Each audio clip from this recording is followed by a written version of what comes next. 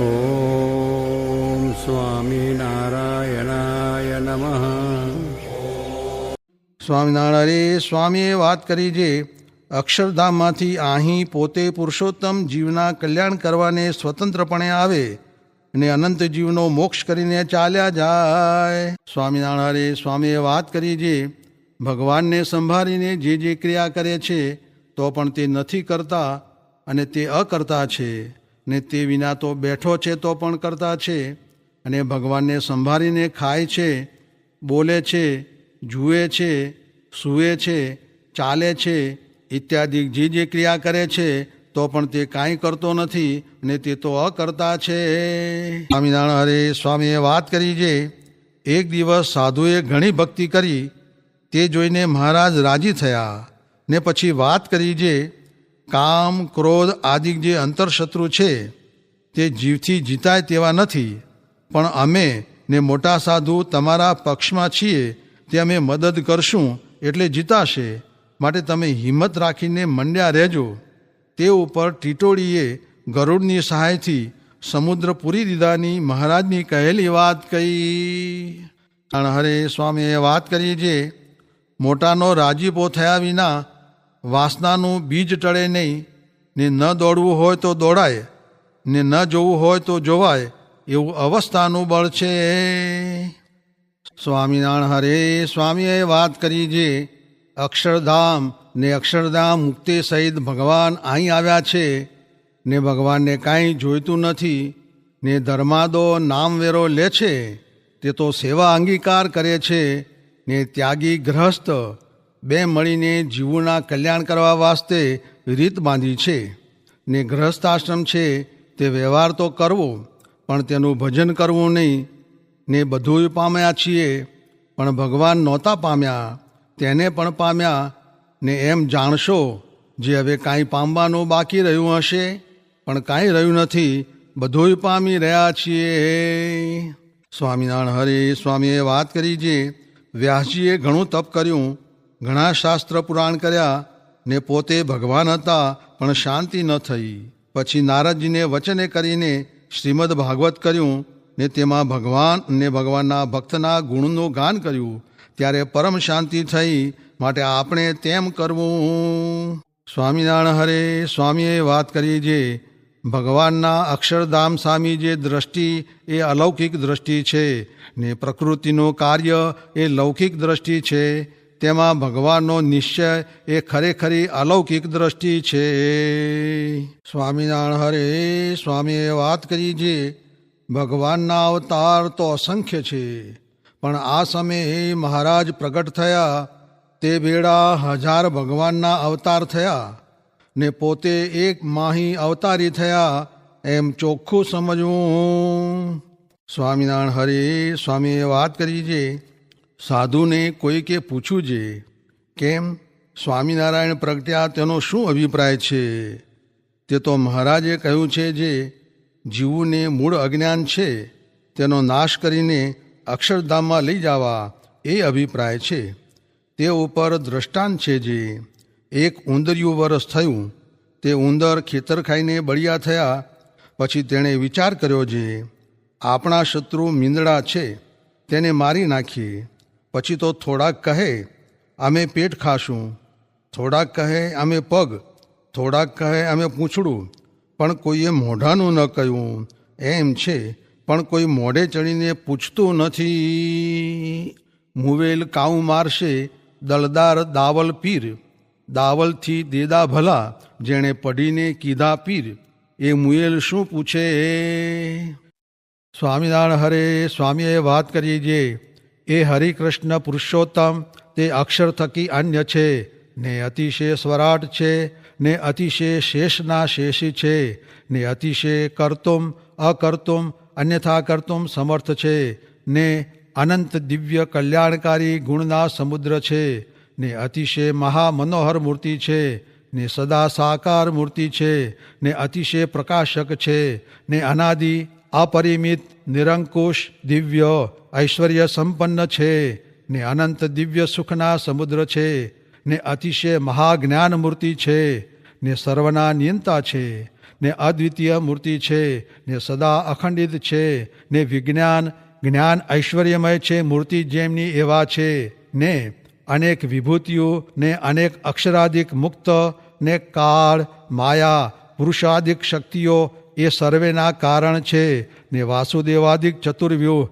તથા કેશવાદિક 24 મૂર્તિઓ તથા રામકૃષ્ણાદિક અવતાર એ સર્વેના ધરનારા છે, ને ઉત્પત્તિ સ્થિતિ ને પ્રલય એ સર્વકાળને વિશે સદાય દિવ્ય વિગ્રહ ને અજિત મૂર્તિ છે, ને એક થકા અનેક રૂપે છે, ને અનેક રૂપ થકા એક છે, ને અનેકના અગ્રજ છે, પરમાત્મા છે, પરમેશ્વર છે, પરમ કારુણિક છે, પુરુષોત્તમ છે, પૂર્ણકામ છે, પરાત્પર છે, પરબ્રહ્મ છે, ને સ્વરૂપ સ્વભાવ ગુણ ઐશ્વર્ય તેણે કરીને જેની કોઈને ઉપમા દેવાતી નથી એવા સર્વોપરી પ્રસિદ્ધ છે, ને અત્યંત નિર્વિશેષ જ્ઞાન બળ તેજ ઐશ્વર્ય ઇત્યાદિ પ્રત્યક્ષ હરિકૃષ્ણ પુરુષોત્તમનો અપરિમિત મહિમા છે, તેને યથાર્થ કહેવા જાણવા દેખવા સાંભળવા ને પામવાને કોણ સમર્થ છે?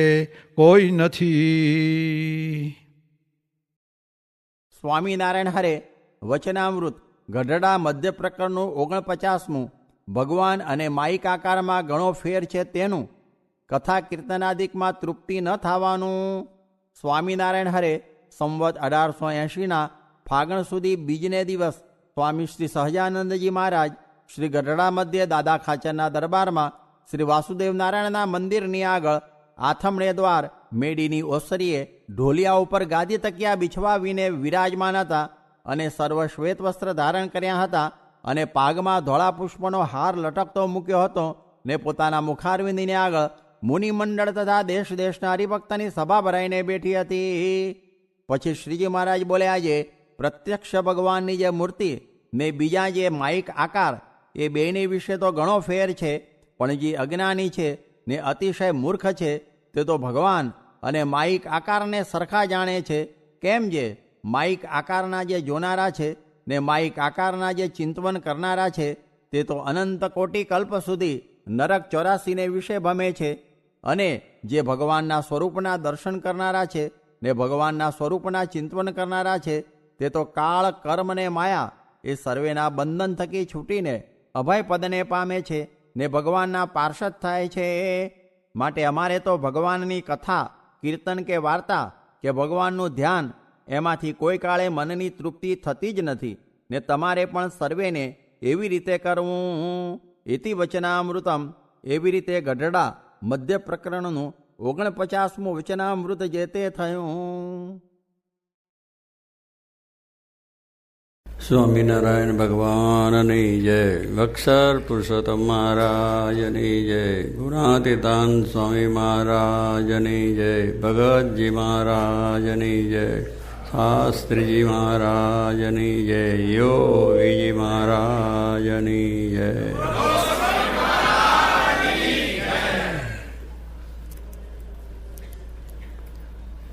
બ્રહ્મા સ્વામીનું કીર્તન આપણે સાંભળ્યું કે સંત સમાગમ કીજીએ અહો નિશ. સંત સમાગમ કરે. બ્રહ્માન સ્વામી તો બહુ મોટા સંત હતા અને ખૂબ પિંગળ ભણેલા હતા, એટલે કવિ કીર્તનો આવું બધું કરવું એ તો સહેજ હતું એમને. એટલે એમને માટે તો કોઈ એ નહોતું કે, પણ છતાં એમને આપણને આ વાત સમજાવે છે, નિષ્દીને વાત કરે છે. એક દાડો બે દાડા નહીં, પણ દરરોજ એટલે 24 અવર સુધીર ભગતા છે.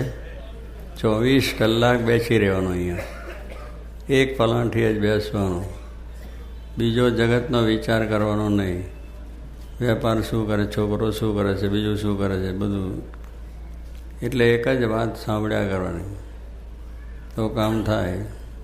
અર્જુનની વાત કરી, મોહ આપી ગયો, બીજાનું મૂકી દીધા હથિયાર, પણ કૃષ્ણ પરમાત્માએ એને વાત લીધી.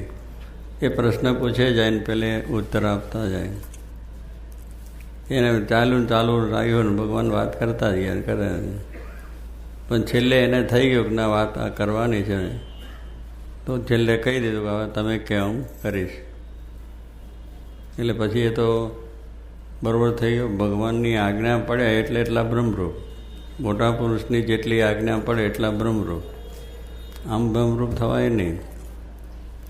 એમની જેટલી આજ્ઞા પડે, મારે વચનામતમાં પણ કહ્યું છે કે મોટા પુરુષની આજ્ઞા પડે એટલે બ્રહ્મરૂપ. આ રવિવારની સભામાં તમે આવો છો એ બ્રહ્મરૂપ જ થવા છે. એટલે રવિવારે આવ્યા છે ને થઈ જવાય એવું નથી, પણ એ આજ્ઞા એટલી પાડો છો એટલી અંતરમાં શાંતિ થાય અને એ કરતાં કરતાં બ્રહ્મરૂપ થઈ જાય. એટલે નાની આજ્ઞા છે પણ એટલી જો પાડીએ તો એનો રાજીપો થઈ જાય. એટલે કહેવાનું શું છે કે નિષ્દિન આપણે સમાગમ કરવાની વાત કરી. એ નિષ્દિનની અંદર એમની જે આજ્ઞા છે, એમની જે રુચિ છે એને સમજી લઈને એ પ્રમાણે વર્તે એટલે નિષ્દિન થયું. 24 કલાક તો ટાઈમ છે નહીં. અમે જઈશું આમ ને તમે જશો આમ, પછી ક્યાં સમાગમ કરવા જવું? એટલે આવુંની રીતે થઈ જાય છે. પણ એટલા માટે કહ્યું છે કે દરરોજ એમની આજ્ઞા છે એ પ્રમાણે જો આપણે થાય તો કામ થઈ જાય. રવિવારની સભા કઈ છે? રવિવારની સભામાં હજુ છેલ્લી આરતી વખતે નહીં જવાનું, પહેલે જ 5 મિનિટ પહેલાં જઈને બેસવાનું અને પછી છેલ્લે જ ઉઠવાની જવાનું. તો એના શબ્દો છે થોડા આપણે વરે. આવીને આપણે જોઈને બેસીને પછી આરતી લઈને પ્રસાદ લઈને જતા રહીએ. એટલે એ બધો સમાગમ ના થયો. સભામાં બેસવું જ છે 2-2.5 કલાક 3 કલાક. એમને કહ્યું કે પાઠ પૂજા આપણે કરવાની. એટલે પાઠ પૂજા તો જે કરે પાઠ પૂજા નહીં, રીતસર બેસીએ, ભગવાનનું ધ્યાન કરીએ. આ બધું કરીને પછી મહારાજને પધરાવીએ, એમને જગાડીને પાછા સભામાં બેસાડે, માળા પછી કરવાની. આ બધું એટલે વ્યવસ્થિત થાય તો પછી આપણું મન ચોંટે. પણ જે કરીને ગયા એટલે શું ચોંટે ખબર? એક કોરિયો ખાધો આમ ના થાય એટલે ભૂખ ના ટળી જાય.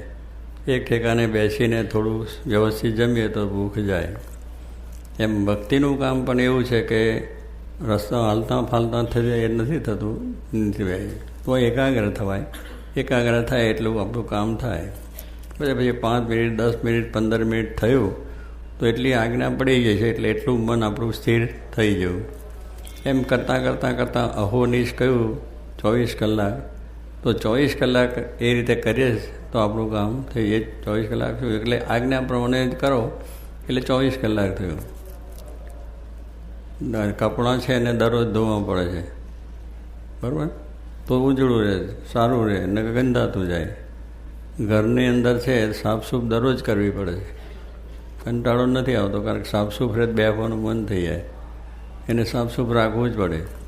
દરેક વસ્તુ, વાસણ છે એને પણ સાફસૂફ કરીએ તો ઉજળું સારું લાગે. એટલે આ બધી વસ્તુ સ્થૂળ વસ્તુ છે એને પણ સાફસૂફી રાખવી પડે તો સારું આપણે લાગે. મોટર હોય એને પણ દરરોજ સાફસૂફી કરવી પડે ને બેસવાનું મન ના થાય. એટલે દરેક વસ્તુ છે એની માટે દરરોજ કરવું. અભ્યાસ છે એ દરરોજ કરે તો એને વિદ્યા વરે. પણ અભ્યાસ કરીને સ્કૂલમાં જઈને આવીને પાછું દફતર મૂકીને ફરતા ફરે એટલે દફતર નવી એને પેલું સ્કૂલનું રહી ગયું ને બધું ફરતા હોય. પછી દરરોજનો અભ્યાસ, દરરોજનો જે આપણે લેસન છે મળે કરીને વાંચીએ કરીએ એટલે એ બધું શું એવરી ડે કરે 24 કલાક થાય. કરીએ કે કલાક 6 કલાક સ્કૂલમાં કરે છે, પછી ઘરે વાંચે છે. પણ એટલું કરે ને તો એ પણ નિષ્દિન જ થઈ જાય. એટલે ક્રમ પ્રમાણે જે આજ્ઞા છે પ્રમાણે થાય તો નિષ્દિન થઈ ગયું. 24 કલાક તો આપણે પછી ઊંઘવું ને ખાવું ને નોકરી જવું ને વેપાર કરવું ને કે ભાઈ ભૂખે મરીએ. એટલે બધું જ કરો, એનું ના નથી. પણ આજ્ઞા જે થઈ છે કે આ કરવું, કે ઘર સભા કરવાની થઈ, થાય છે? નથી થતી, કારણ કે આપણને એ ટાઈમ નથી. અને તમારે હોય તો ઘરના નથી ટાઈમ. પણ બધાને સ્વામી કે બેસીને જો વાત કરીએ તો પ્રેમ વધે, એકબીજાને તે હેત વધે અને આવું આપણું એક જ્ઞાન પણ થાય. એટલે એમને કહેવાનું શું છે કે વ્યવહાર તો છે જ, પણ વ્યવહારમાં આ કરી લઈએ થોડું. વ્યવહાર કરતાં કરતાં આટલી વાત જો કરીને તો એમાંથી આપણને બ્રહ્મરૂપ થવાય.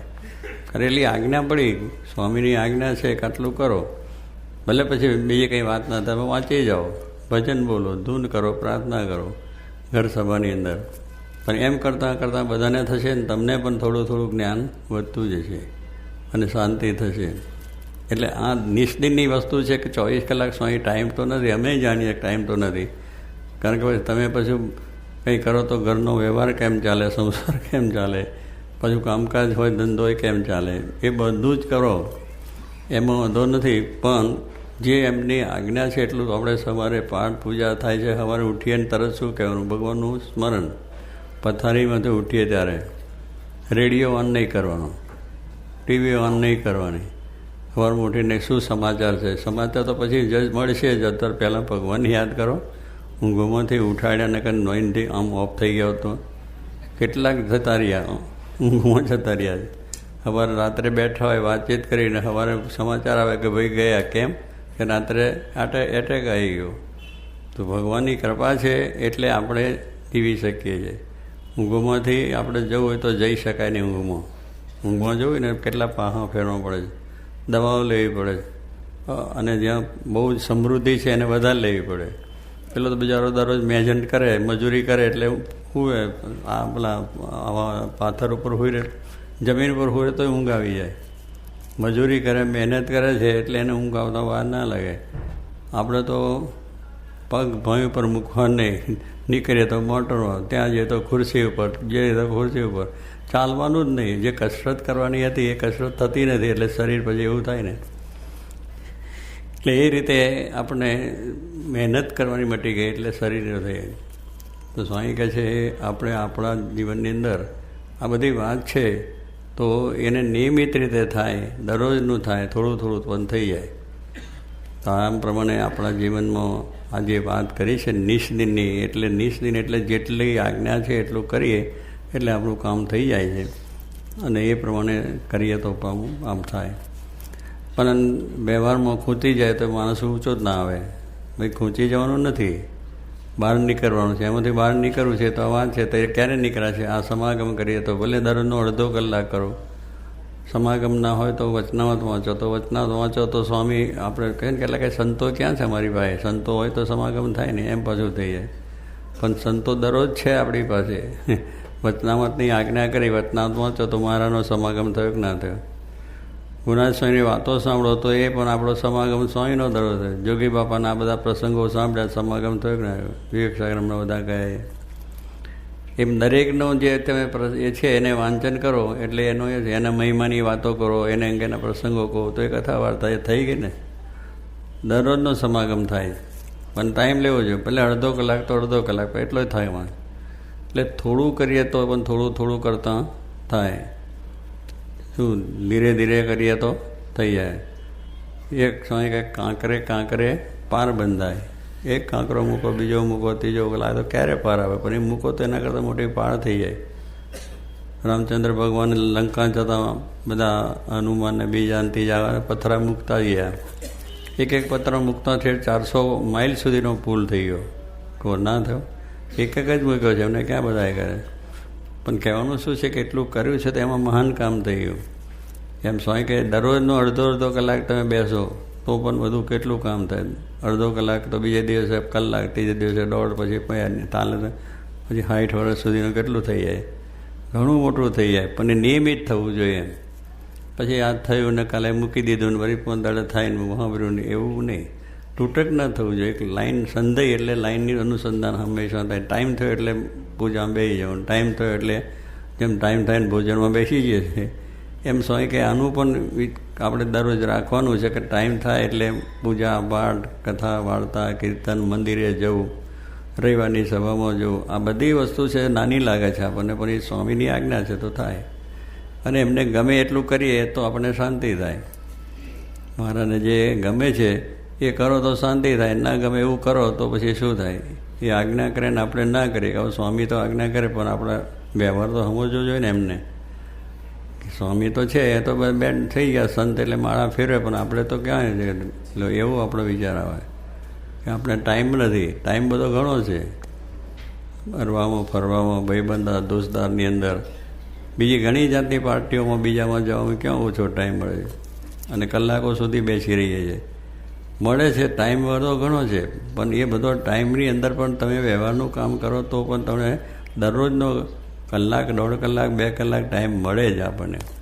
હુવો, ખાઓ, પીવો, મિત્ર દોસ્તારને કરો, નોકરી કરો, ભણો કરો, અભ્યાસ કરો, આ બધું કરતાં તમે જો મેળવો તો બધું આપણને થઈ જાય. 6 કલાક ઊંઘવાનું કહ્યું છે, 8 કલાક નોકરી કરવાનો, ધંધો કરવાનું કહ્યું છે, પછી ખાવા પીવામાં 8 ને 14 ને 14 ને બીજા 2-3-4 કલાક જાય તો 20 ગણીએ તો 4 કલાક વધે એવું છે. થાય કે નહીં? કોઈને વધારે કામ હોય તો 22 કલાક તો થાય, પણ 2 કલાક વધે છે. પણ એનો ક્રમ ગોઠવાય નહીં ને, એટલે કે નો ટાઈમ એમ થઈ જાય. હું બહુ બીજી છે, કશું બીજી નથી. ઓફિસમાં બેઠા હોય તો કંઈ કામ ના હોય, પણ હું બીજી છે, હું બહુ મારે કામ છે. એટલે આપણે શું આની મહત્તા સમજ્યા નથી. જે વસ્તુ આપણે જરૂરનું છે, અગત્યની વસ્તુ છે, એ મહત્તા સમજ્યા નથી. એટલે બધા બાણા કાઢીને પેલું થઈ શકતું નથી. પણ જો બરાબર સમજો મહિમા હોય, પૈસા કમાવાનો મહિમા સમજ્યા છે, તો ગમે એ વાત આપણને મુશ્કેલીઓ બીજું ત્રીજું આવે, પણ રાત દિવસ એની મહેનત કરીએ છીએ અને મહેનત કરતાં કરતાં થઈ જવાય છે. એટલે કહેવાનું શું છે કે એનો મહિમા સમજ્યા છે તો એને માટે મહેનત થાય છે, ટાઈમ મળે છે, સમય મળે છે, બધું મળી જાય છે. તો એક દેહના સુખ માટે જો આટલું આપણે ટાઈમ સાચવી શકતા હોય, મહેનત કરી શકતા હોય, તો આત્માના કલ્યાણ માટે એ મહિમા સમજાયો તો હવે આ વાતો સાંભળી આમાં શું આત્મા કલ્યાણ થયું? આમાં કંઈ થયું નહીં. પેલું ભોજન હોય તો તરત ભૂખ જાય છે, આ તો સાંભળ્યા કરીએ તો કંઈ થતું તો છે જ નહીં એવું લાગે છે કે નહીં? એટલે એનો મહિમા નથી. મૂળ વસ્તુ શું છે કે જે વસ્તુની અગત્યતા થાય એની એને એ મહત્તા નથી. એટલે પછી એનું બરાબર થઈ શકે નહીં, આનંદ ના આવી શકે. એટલે આપણે કથામાં ગયા પણ આનંદ ના આવ્યો. પણ કથામાં આવ્યા પણ એક ચીજ થયા, વાત સાંભળી. 16 સાધનની વાત કરી વિવેક સાગર સ્વામીએ. કેટલી સરસ વાત છે. આ ગીતાની વાત કરીને એ ભગવાને એને 18 અધ્યાય સમજાયા છે. પણ 18 અધ્યાયની અંદર એવું સુંદર એને જ્ઞાન આપ્યું છે, જ્ઞાનયોગને, ભક્તિયોગને, બીજું ત્રીજું જો એ સાંભળ્યા કરો. એક વખત નહીં પણ તમે 18 વખત, તમે 100 વખત ગીતાને વાંચ કરો તો જ્ઞાન સિદ્ધ થાય. વચનામત કંઈ એક વાંચ્યું સિદ્ધ થતું નથી, એને વાંચ્યા જ કરો. દરરોજ ખાવાનું જો છે આ ખોરાક છે આત્માનો, એ કથા અને વાર્તા અને સત્સંગને બીજું ત્રીજું દર્શન થયા તો એની ભૂખ જાય. આત્માનું ખોરાક તો એ જ છે, કથા વાર્તા, કીર્તન, ભજન, બીજું ત્રીજું. જેમ દેહનો ખોરાક છે, ખાઈએ તો જ આપણને બળ મળે અને આપણે ચાલી શકીએ. એટલે કહેવાનું એમ આ ખોરાક જ છે એક જાતનો આત્માનો ખોરાક. એ આપણને ખબર નથી કે આત્માનો ખોરાકની ક્યાં જરૂર છે. આપણે ખાઈએ એટલે ચાલીએ છીએ, પણ ખાઈએ એથી નથી ચાલતા. અંદર આત્મા બેઠા છે, પરમાત્મા, એ આપણે બળ આપે છે અને ચલાવીએ છે. ને ખોરાક એ કોણ પચાવે છે? ખાઈએ તો ખરા, પણ પચાવનાર કોણ છે? અંદર પાછવું જોઈએ ને. તમે ખાવ તો બધું ઘણું છે, પણ પછી એ બધું હરખું થઈ જવું છે. કેવું બધું તંત્ર ગોઠવ્યું છે કે જે તમે ખાઓ છો એ તમને પચી જાય અને એમાં તમને જેટલી જરૂર છે એટલું અંદર રાખે, ઉપયોગી હોય એટલું, લોહી બીજું તે થાય, અને બાકીનો કચરો કાઢી નાખે. ઝાડા પેશા માટે જાય એ કચરો જ છે. લો ભાઈ, એ નીકળવાનું સાધન ભગવાને કરીને અંદર આપ્યું. કોને આપ્યું? આપણે કોઈ કર્યું છે? એને કોઈ અત્યારે બધા સાયન્ટિસ્ટ થયા છે, મશીનો કરી છે. કુદરતી મહારાજે આપણને જન્મ આપ્યો, એમાં બધું આપણને સરસ વ્યવસ્થિત આવી છે તમને, કે તમે જે ખાઓ છો, પીઓ છો, બધાની વ્યવસ્થા ભગવાને કરી છે. અને એ બધું કર્યું. આપણે મકાન કરીએ ત્યારે બધી વ્યવસ્થા નથી કરતા કે એમાં બધું જાજરું જોઈએ, બાથરૂમ જોઈએ, રસોડું જોઈએ, ખાવાનું પીવું જોઈએ, બાથરૂમ જોઈએ, સિટિંગ રૂમ જોઈએ, બીજી રૂમ જોઈએ, બધું કેટલું કર્યું છે. તો એવી રીતે ભગવાને આપણે અંદર સગવડ આપી છે કે છે નાક માટે કેટલું નીકળી જાય, મોઢા માટે લાઇટ કેટલી નીકળી જાય. આ બધો કચરો છે એનો દ્વાર રાખ્યો છે, અને એનાથી શરીરને સ્વચ્છતા રહે, પવિત્રતા રહે, આ બધું રહે છે. અને ભજન કરવા માટે છે તે તો ભગવાન અંદર બેઠા છે, એ પ્રેર કરે છે. હાથ આમ ના થઈ શકે, થાય છે? આમ થઈ ગયું તો થતું જ નથી. ભગવાન કેટલી દયા કરે છે, આમ હરે ફરે બધું થાય, પણ ક્યાં અંદર ચાલે છે. મશીન અંદર, મશીન તો ચાલે ક્યાં ને? ઇલેક્ટ્રિક લાઇટનું અહીંયા આપણે આવે. આનું ઇલેક્ટ્રિક લાઇટનું મશીન તો ક્યાંય છે, પણ ચાલે છે ત્યાં પ્રકાશ અહીં થાય છે. એમ અંદર બધું તંત્ર બેઠા ભગવાન ચલાવે છે, અને આ કામ આપણે કરી શકીએ એ નથી મનાતું. મારી બુદ્ધિથી કરું છું, મારી આવડતથી કરું છું, અભિમાન છે. અભિમાન મૂકે તો જ પછી ભગવાન વરે. જ્યાં સુધી હું કરું છું ત્યાં સુધી આ બધું મિથ્યા. હું કરું છું એવી જે ભાવના છે, હું કશું જ કરી શકતો નથી, ભગવાન જ કરે છે. અને ભગવાનની દયાથી જ આ તંત્ર ચાલે છે. મારું વ્યવહારને, સંસારને, ધંધોને બધું એ ચલાવે છે. તો આપણને શાંતિ થાય. એટલે પેલા એમાંથી ઊંચા ને કે મને આમાં તો છે ને ટાઈમ જ મળે નહીં ભગવાન ભજવાનો, વાત કરવાનો. પણ એ જો સમજાય તો પછી આપણે વાંધો ના હોય, અને એ પ્રમાણે આપણે થાય. એટલે આત્માનું જ્ઞાન થાય તો એને લઈને આપણને શાંતિ અને સુખ થાય છે. એટલે આ વાતને આપણે સમજાય, જ્યારે એનું મહત્તા સમજાય ત્યારે આ વસ્તુ થાય છે. જેમ જગતની અંદર જેટલી મહત્તા સમજાય છે તો એને માટે રાત દિવસ જઈએ છીએ, મહેનત કરીએ છીએ, મહત્તા સમજ્યા છે કે એનાથી કંઈક લાભ છે અને એ લાભથી થાય એટલે આપણે કરીએ છીએ અને કરવાનું છે, અને કંઈ ના નથી, કારણ કે સંસાર ચલાવો. તો એનો જેટલો મહત્તા સમજીને મહેનતને એટલી જ મહત્તા આની સ્વાય કે જેવો દેહને વિશે ભાવ છે એવો આત્માનો ભાવ પણ હોવો જોઈએ. દેહને વિશે જે ભાવ થયો કે હું આ છું ને તે છું, નથી છતાં મને ગયું. દેહ આપણું નથી, આપણું ઘર નથી, કુટુંબ નથી, પરિવાર નથી, કોઈ નાતને જાત કુટુંબ પરિવાર કશું છે જ નહીં. છે આંખ મીચ્યા પછી આ બધું છે પણ કશું, આંખ મીચ્યા એટલે બધું પતી જાય. નથી છતાં એ મનાઈ ગયું છે, એને સાચવીએ છીએ, એનું ધ્યાન રાખીએ છીએ, એની વ્યવસ્થા કરીએ છીએ, એને માટે આયોજન કરીએ છીએ, કેટલું બધું કરીએ છીએ. નથી રહેવાનું, નથી છે છતાં સાચું માનીને કરીએ છીએ, એ મોહ છે આપણો. એટલે શરીર આપણું છે જ નહીં. જો શરીર નથી તો પછી આ શરીરથી કમાયા એ બુદ્ધિ, એ આપણી બુદ્ધિ છે જ નહીં, ભગવાને આપેલી બુદ્ધિ છે. તો એનાથી આ બધું કમાઈ અને કર્યા તો પછી બુદ્ધિ છે એ પણ નથી. આપણે આ બધું દેહનું ભાવ છે બધા નથી.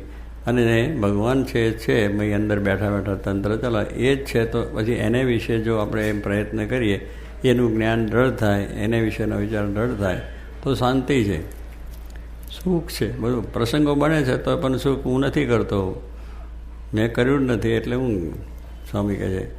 પણ હું કરું છું એટલે ભાર બધો આવી જાય.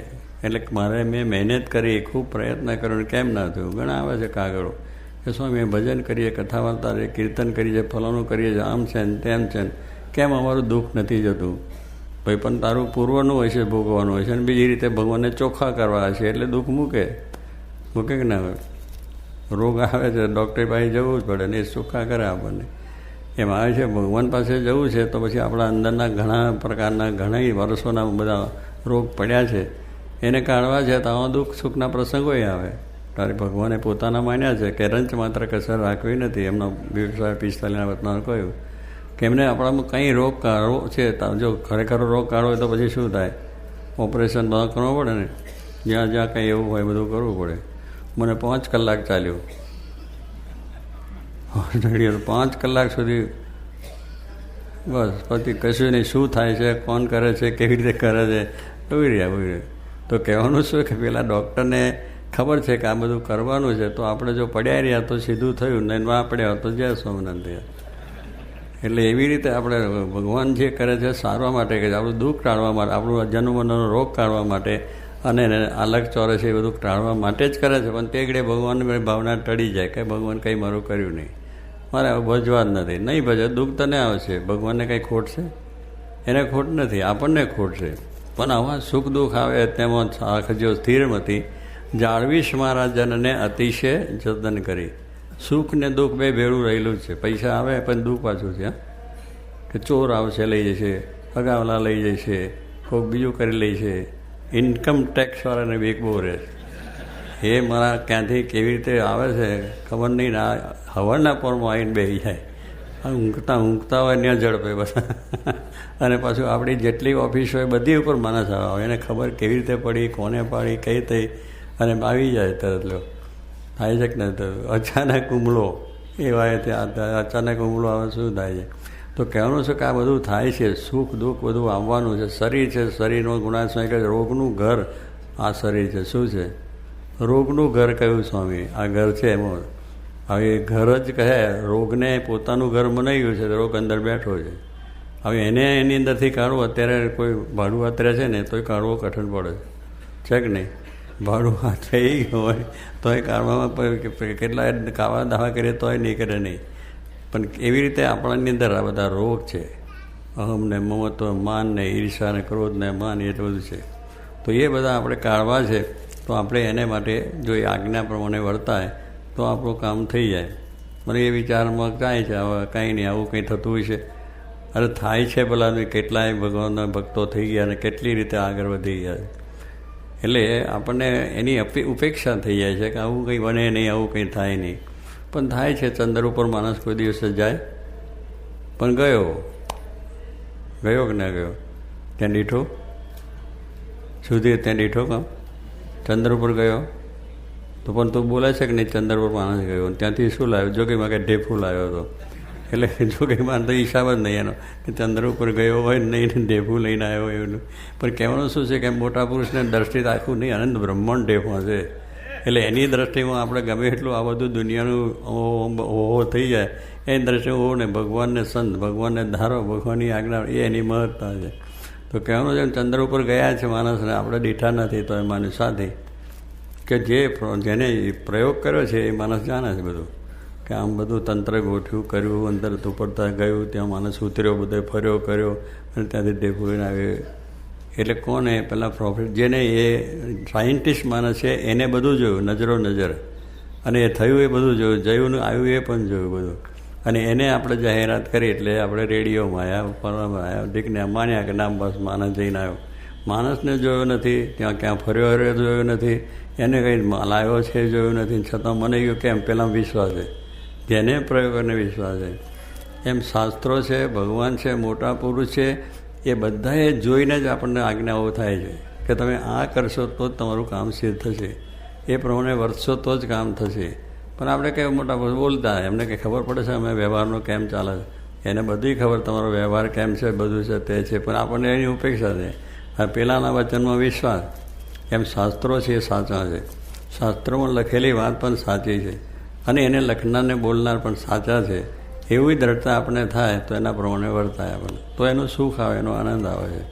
પણ કહેવાનું છે કે આવી રીતે છે, પણ શાસ્ત્રોમાં વિશ્વાસ નહીં, ધર્મમાં વિશ્વાસ નહીં, કથા વાર્તા કરવામાં વિશ્વાસ નહીં, કે કંઈ નહીં, બને નહીં, શક્ય જ નથી એમ થઈ. આ તો પેલું બધું તમે કર્યું એને જોયો નથી છતાં માન્યું કેવી રીતે? એમ આપણા ઋષિમુનિઓ છે, આપણા મહાન સંતો ભક્તો થઈ ગયા, બધા તીક્ષ્ણ જ્ઞાની હતા, બધાએ આત્મસાત કરીને વાત કરી છે. ભગવાન છે અને ભગવાનની આદેશો છે એ બધા એમને આત્મસાત કર્યા છે સાધના કરીને. એટલે એ લોકો જોઈને બોલે છે, આપણે જોયું નથી એટલે આપણે ખોટું લાગે છે, પણ છે સાચું. જો એટલું માનીને આપણે કરશું તો આપણને પણ દેખાશે. એ પણ મહારાજ એટલા માટે આ પૃથ્વી પર આવ્યા છે, આપણને બધાને સાક્ષાત અક્ષરધામમાં લઈ જવા માટે.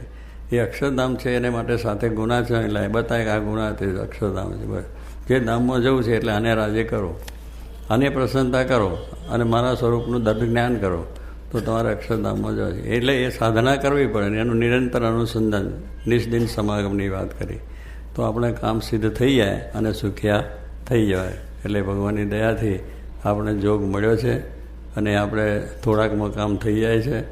અને પણ શ્રદ્ધાને વિશ્વાસ પૂર્ણ જોઈએ કે કહે છે એ પ્રમાણે કરીએ એટલે થઈ જ જાય. હવે તો બોલતા ભલા ને આપણે સુનતા ભલા તો કંઈ થાય નહીં.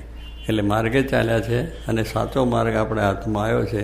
એટલે આપણે એક જ વસ્તુની ચિંતા રાખવાની છે કે આપણે ગમે તેમ આમ જઈશું પણ આપણને મહારાજ સ્વામી મળ્યા છે, શાસ્ત્રીમાં જોગી મહારાજ, એ આપણને બધું સારું સરખું કરી અને જીવમાંથી તમામ રોગ કાઢી દઈને હમોદબકા અને સુખ્યા કરીને ભ્રમરૂ કરીને લઈ જશે. એ શ્રદ્ધાને વિશ્વાસ રાખવો સારું થયું.